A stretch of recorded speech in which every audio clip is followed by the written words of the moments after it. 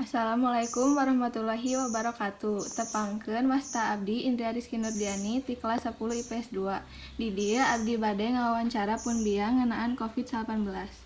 Satalacana mangga tepangkeun. Assalamualaikum warahmatullahi wabarakatuh. Abi Rukmini mamahna ti Indria Rizky Nurdiani. Numutkeun ibu, naon anu disebut COVID-19 teh? COVID-19 nyaeta panyawat anu nyerang saluran pernapasan. Naon wae dampak COVID kana padamelan ibu? Kumargi ibu mah ibu rumah tanggi janten teu patos karos dampakna. Pendapat ibu ka pembelajaran jarak jauh teh kumaha?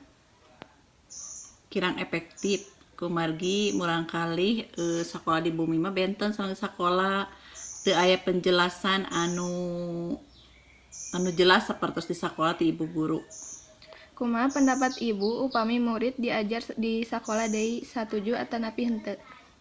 Upami deungeut ayeuna mah teu satuju kumargi teu acan efektif karena kumargi seueur keneh anu kena ku positif 18.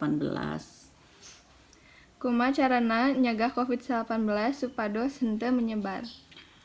Upami kaluar ti bumi kada nganggo masker, jaga jarak, sareng rajin cuci tangan. Tapi nu sae mah mending calik we di bumi gitu. Nyatos mun sakitu hatur nuhun ibu. Ya, Sakitu wawancara abdi sareng pun biang. Wassalamualaikum warahmatullahi wabarakatuh.